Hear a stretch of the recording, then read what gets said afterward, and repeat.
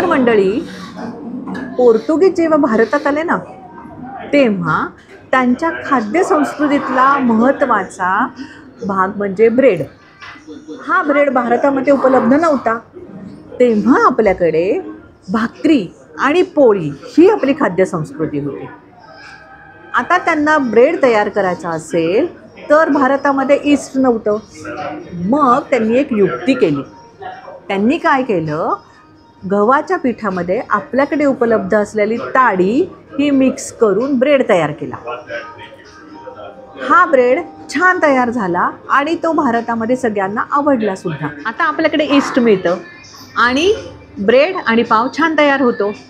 आता हा ब्रेड आणि पाव आपल्या खाद्यसंस्कृतीचा महत्त्वाचा घटक बनला आहे. कसं तर आपल्याकडे मिसळ म्हटले की पाव लागतो, पावभाजी म्हटलं की पाव लागतो आणि महत्त्वाचं म्हणजे बटाटा वडा आला की पाव लागतो. आहे ना गंमत मंडळी?